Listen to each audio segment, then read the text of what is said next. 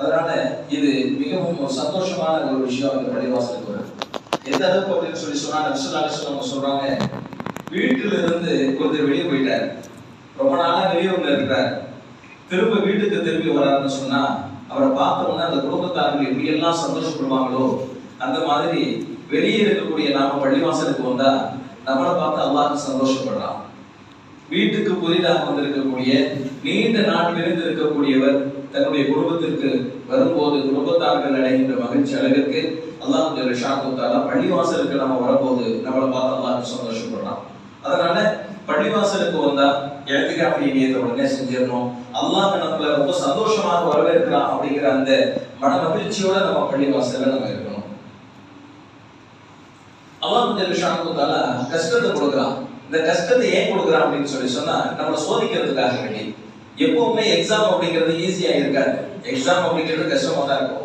ஆனா அந்த எக்ஸாமை எந்த அளவுக்கு ஒரு நாளை ஃபேஸ் பண்ண முடியுமோ அந்த அளவுக்கு தான் எக்ஸாம் இருக்கும். அந்த மாதிரி அல்லாஹ் ஜல்ல ஷானஹு வ தஆலா நம்மளுடைய சக்தி எவ்வளவோ நம்மளுடைய பலம் எவ்வளவோ அந்த அளவுக்கு தான் அல்லாஹ் சோதிப்பான். ஆனா நம்மளால எவ்வளவு தாங்கிக்க முடியுமோ அந்த அளவுக்கு தான் சோதிப்பான். லா யுகல்லிஃபுல்லாஹு நஃப்ஸன் இல்லா உஸ்அஹா. அல்லாஹ் ஜல்ல ஷானஹு வ தஆலா நம்மள மீறி நம்மளால தாங்கிக்க முடியாத அளவுக்கு அல்லாஹ் என்ன செய்ய மாட்டான், நம்மள சோதிக்க மாட்டான். ஆக கட்டாயம் இந்த சோதனை என்பது நமக்கு இருக்கும். ஏன் இருக்கும் அப்படின்னு சொன்னா நம்ம சொர்க்கத்துல இருந்து தான் வந்தோம், திரும்ப சொர்க்கத்துக்கு போறதுக்காக வேண்டி இந்த எக்ஸாம் இருக்கும். ஹஜ்ரத் ஆதம் அலைஹிஸ்ஸலாம் அவங்க சொர்க்கத்துல தான் இருந்தாங்க. அல்லாஹ் ஜல்ல ஷானஹு வ தஆலா இந்த உலகத்துக்கு அனுப்புனான்.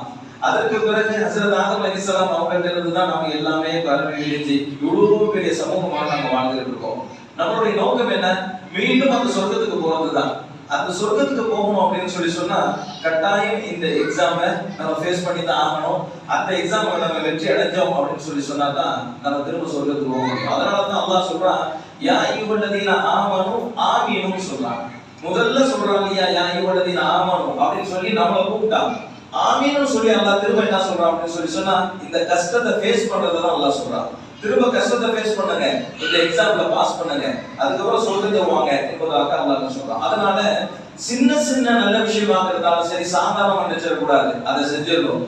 ஒரு செடிக்கு தண்ணி ஊத்துறதாக இருந்தாலும் சரி சின்ன விஷயம் தானே அப்படின்னு நம்ம இருந்துடக்கூடாது. சின்ன சின்ன சின்ன சின்ன நல்ல விஷயங்களையும் திரும்ப திரும்ப திரும்ப திரும்ப செஞ்சு என்ன செய்யணும் அப்படின்னு சொன்னா அல்லாஹ்வினுடைய விருப்பத்தை நாம பெறணும்.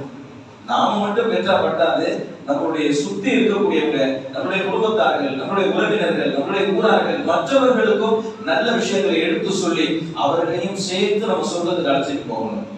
சரி, இந்த கஷ்டங்கள் எல்லாம் வருகிற போது நாம் அதை எப்படி எதிர்கொள்வது? அதுல முதலாவது விஷயம் இஸ்திகாமத், உறுதியாக இருக்கணும். உறுதியாக இருந்துதான் அந்த கஷ்டத்தை நாம எதிர்கொள்ளணும்.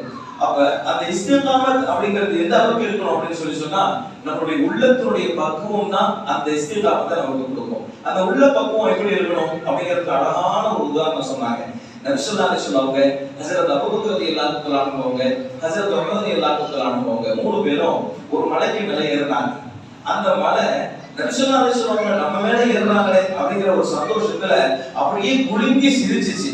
ஆனா நபி ஸல்லல்லாஹு அலைஹி வஸல்லம் அந்த மலையை பார்த்து சொன்னாங்க, அப்படியே நில், நீ அப்படி உறுதியாக நில், ஆடாமல் அசையாமல் நில். உனக்கு மேல ஒரு நபி, ஒரு சித்தீக், ஒரு ஷுஹதா, ஒரு ஷஹீத் இருக்கிறார், நீ அமைதியா இரு அப்படின்னு சொல்லி நபி ஸல்லல்லாஹு அலைஹி வஸல்லம் உட்கார்ந்து நேரடியாக அந்த மலைக்கு கட்டளையிட்டார். உடனே ஆடிக்கிட்டு இருந்த அந்த மலை அப்படியே நின்றுச்சு. இந்த ஒரு உதாரணத்தை அழகான சொல்றாங்க. ஏன் இந்த மலைக்கு நபி ஸல்லல்லாஹு அலைஹி வஸல்லம் நேரடியாக கட்டளையிட்டோம் உடனே அந்த மலை நின்றுச்சு அப்படின்னு சொன்னா அந்த மலையில உயிர் இருந்துச்சு. என்ன உயிர்? நபி ஸல்லல்லாஹு அலைஹி வஸல்லம் அவர்களின் மீதான காதலை வெளிப்படுத்தி அது குலுங்கியது அல்லவா, அதுதான் அந்த மலைக்கான உயிர். அந்த மலையில உயிர் இருந்ததுனால நபி ஸல்லல்லாஹு அலைஹி வஸல்லம் வார்த்தையை அப்படியே செவிசாய்க்க முடிந்தது. அதனால நம்முடைய உள்ளத்துல உயிர் இருந்துச்சு அப்படின்னு சொன்னா நிச்சயமாக எவ்வளவு பெரிய கஷ்டம் வந்தாலும் சரி உறுதியாக நிற்க முடியும். அப்போ உள்ளத்துக்கு உயிர் வேணும். எந்த அளவுக்கு அந்த உயிர் இருக்கணும் அப்படின்னு சொன்னா ஒரு பெரிய இமாம் ஹதீஸுடைய பாடத்தை நடத்திட்டு இருக்காங்க. அவர் நடத்திக்கிட்டு இருக்கும் போது அவங்க சொல்றாங்க, லா இலாஹா இல்லல்லாஹ் தஃபல் ஜன்னா அப்படின்னு சொல்லி ஒரு ஹதீஸை வாசிக்கிறாங்க. யார் லா இலாஹா இல்லல்லாஹ் என்கிற கலிமாவை கடைசியா சொல்றாங்களோ அவங்க சொர்க்கத்துக்கு போயிடுவாங்க அப்படின்னு சொல்லி அந்த ஹதீஸை வாசிச்ச உடனே அவங்களுக்கு அல்லாஹ் வந்துரும். இதுதான் அந்த உயிரான உள்ளத்திற்கு ஒரு அடையாளம். யார் இந்த கலிமாவை சொல்லுகிறார்களோ, இந்த சொல்லி சொர்க்கத்துக்கு போவாங்கன்னு சொன்ன உடனே அந்த பாக்கியத்தை அல்லாஹ் அவருக்கே உடனே கொடுக்கிறான்னு சொல்லி சொன்னா, இதான் உயிருள்ள உள்ளத்திற்கான ஒரு அடையாளமாக சொன்னார். இன்னொரு முக்கியமான ஒரு விஷயம் என்ன அப்படின்னு சொன்னா, அல்லாஹ்வின் மீதான நம்பிக்கை. முதலாவது விஷயம் இஸ்திகாமத், இரண்டாவது அல்லாஹ்வின் மீதான நம்பிக்கை. அந்த நம்பிக்கைக்கு அழகான 2-3 உதாரணத்தை சொன்னார். முதலாவது உதாரணம் ஹஜ்ரத் மூசா அலைஹிஸ்ஸலாம் அவங்களுடைய உதாரணம்.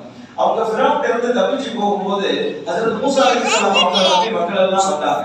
முன்னாடி பார்த்தா கடல், பின்னாடி பார்த்தா ஃபிரௌனுடைய படை. இப்ப என்ன பண்றது அப்படிங்கிறது தெரியல, வசமா மாட்டிக்கிட்டோம் அப்படின்னு சொல்லி மூசா அலைஹிஸ்ஸலாம் அவங்க கிட்ட சொல்லும்போது ஹஜ்ரத் மூசா அலைஹிஸ்ஸலாம் சொன்னாங்க, இன்னமா ரப்பி ஸயஹ்தி, என் கூட அல்லாஹ் இருக்கான், என் கூட அல்லாஹ் இருக்கான் பாத்துக்குவான் அப்படின்னு. எந்த அளவுக்கு அந்த நம்பிக்கை இருந்துச்சுன்னு சொன்னா, அல்லாஹ் அந்த கடலை அடிங்கன்னு சொல்லி சொன்னான். இதுல அடிச்சா எப்படி தப்பிக்கிறது அவங்க கேட்கல. அல்லாஹ் அடின்னு சொன்னா அடிப்போம், நிச்சயமாக அல்லாஹ் எனக்கு உதவி செய்வான் அப்படிங்கிற அசைக்க முடியாத நம்பிக்கையில அவங்க அடிச்சாங்க. அல்லாஹ் அவர்களுக்கு வெற்றியை கொடுத்தான். ஆக நம்பிக்கை பலமாக இருக்கணும். இரண்டாவது உதாரணம் சொன்னாங்க ஹஜ்ரத் இப்ராஹிம் அலைஹிஸ்ஸலாம் அவங்களுடைய உதாரணம். ஹஜ்ரத் இப்ராஹிம் அலைஹிஸ்ஸலாம் அவங்களை தூக்கி போடும்போது ஹஜ்ரத் இப்ராஹிம் அலைஹிஸ்ஸலாம் அவங்க வந்து கேட்கிறாங்க, ஏதாச்சும் உதவி செய்யணுமா? தேவையில்லை, என்ன படைச்ச ரப்பு இருக்காங்க, அவன் எனக்கு உதவி செய்வான்னு சொன்னாங்க. சொன்னாங்க, எனக்கு என்ன தேவை அப்படிங்கிறது என்னை விட என்னுடைய ரப்புக்கு நல்லா தெரியும் என்பதாக சொன்னாங்க. அதே மாதிரி அல்லாஹ் ஜல்லஷானஹு தஆலா ஹஜ்ரத் இப்ராஹிம் அலைஹிஸ்ஸலாம் அவங்களை எப்படி காப்பாற்றணுமோ அப்படி அவர்களுக்கு அல்லாஹ் ஈடேற்றத்தை கொடுத்தான். அதே மாதிரி ஹஜ்ரத் இஸ்மாயில் அலைஹிஸ்ஸலாம் இவங்களையும் அல்லாஹ் ஜல்லஷானஹு தஆலா மிக கடுமையாக சோதித்தான். இப்ராஹிம் அலைஹிஸ்ஸலாம் அவங்களுடைய குடும்பத்தை அல்லாஹ் சோதிச்ச அளவுக்கு வரலாறு நம்ம படிச்சா தெரியும். யாரையுமே அல்லாஹ் சோதிக்கலாம். இப்ராஹிம் அல்லதி வஃபா, அல்லாஹ் கடைசியா ஒரு சர்டிபிகேட் கொடுத்தான். இப்ராஹிம் அலைஹிஸ்ஸலாம் அவர்கள் அப்பொழுது சிறந்தவர்களாக அதில் வெற்றி பெற்றாங்க அப்படின்னு சொல்லி ஹஜ்ரத் இஸ்மாயில் அலைஹிஸ்ஸலாம் அவர்களையும் சேர்த்து சொன்னார். ஃபலம்மா அஸ்லமா வ தல்லகு லில் ஜபீன், அல்லாஹ் சொன்னார் ஃபலம்மா அஸ்லமா. இந்த அஸ்லமா அப்படிங்கிற ஏன் ரெண்டு பேரையும் அல்லாஹ் சேர்த்தான். ஹஜ்ரத் இப்ராஹிம் அலைஹிஸ்ஸலாம் அவங்க சோதனையை ஜெயிச்சாங்க.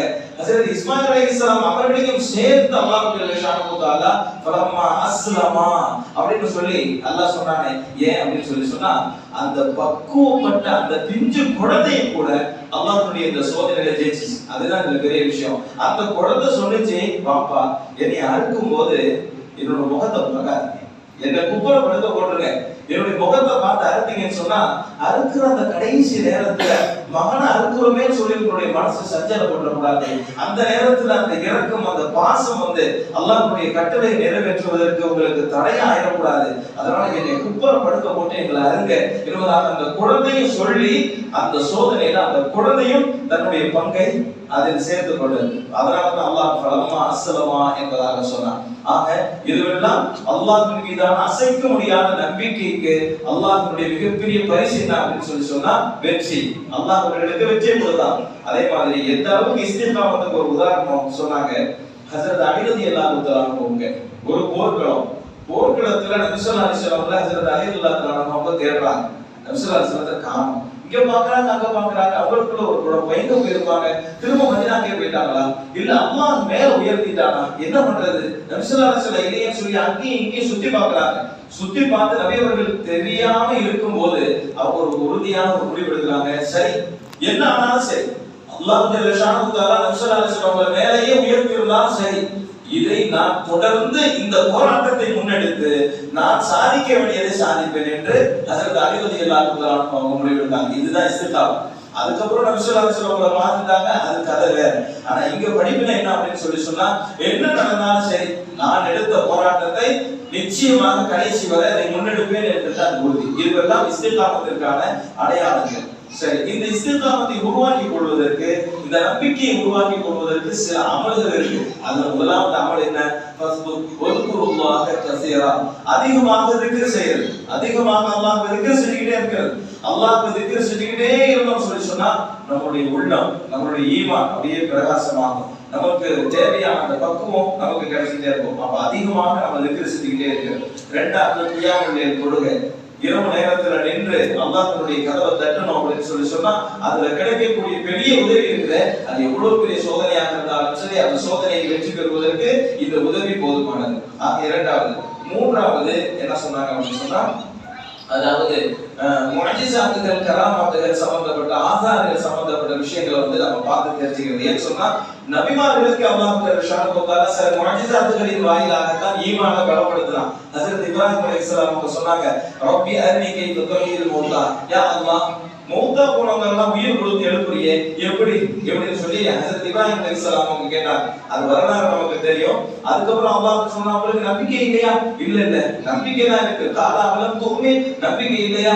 இல்ல இல்ல காலா வலா எதுமையின் கல்வி இல்ல, எனக்கு நம்பிக்கை தான் இருக்கு, சும்மா ஒரு மனசு நிம்மதிக்காக தான் கேட்கிறேன், நீ எப்படி உயிர் கொடுத்து எழுப்புறேன்னு சொல்ல என்பதாக கேட்டான். அதுக்கப்புறம் அல்லாஹ் ஜல்லஷானஹு வ தஆலா என்ன பண்ணா, ஒரு பறவையை குடிங்க, அதை அருங்க, 4 மலையில வைங்க, அதுக்கப்புறம் கூப்பிடுங்க, அதெல்லாம் உயிர் பெற்று வரணும்னு சொல்லி அல்லாஹ் சொன்னா.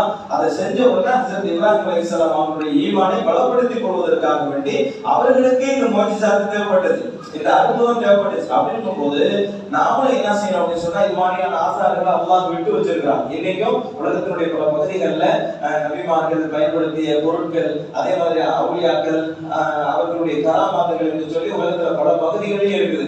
அதை போய் நம்ம பார்க்கறது. மக்காவுக்கு போகணும்னு சொன்னா, மதீனாவுக்கு போகணும்னு சொன்னா, நபி ஸல்லல்லாஹு அலைஹி வஸல்லம் எங்க நடந்தாங்க, எங்க உட்கார்ந்தாங்க, எங்க பேசுறாங்க, எந்த தூண்ல சாஞ்சாங்க, சகாபாக்கள் எங்க இருந்தாங்க, எந்த தோட்டத்துல உட்கார்ந்தாங்க, எந்த கிணத்துல தண்ணி குடிச்சாங்கிறது வரைக்குமான பல்வேறு அடையாளங்கள் இருக்கு. அதெல்லாம் பார்க்கும் போதும் நம்மளுடைய ஈமான் அது பலப்படும். ஆக ஹஜ்ரத் அவர்கள் சுருக்கமாக சொன்னது என்ன அப்படின்னு சொன்னா, சோதனைகள் வரும், அந்த சோதனையை எதிர்கொள்ளக்கூடிய உறுதி, அந்த இஸ்திகாமத் நமக்கு இருக்க வேண்டும். அந்த ஈமானிய பலம் இருக்கிறது, அது நிச்சயம் இந்த சோதனையிலிருந்து நாம் வெற்றி பெறுவதற்கு அதை வழிவகுக்கும். அல்லாஹ் ஜல்லஷானஹு வ தஆலா அந்த நல்ல குணத்தை நமக்கு தந்தருவானாக. வாஹிரு தஅவானா அல்ஹம்துலில்லாஹி ரப்பில் ஆலமீன். அஸ்ஸலாமு அலைக்கும் வரஹ்மத்துல்லாஹி வ பரகாத்துஹு. இப்போது சலாம் இப்போது கொடுக்கிறது அனைவருக்கும் எடுத்து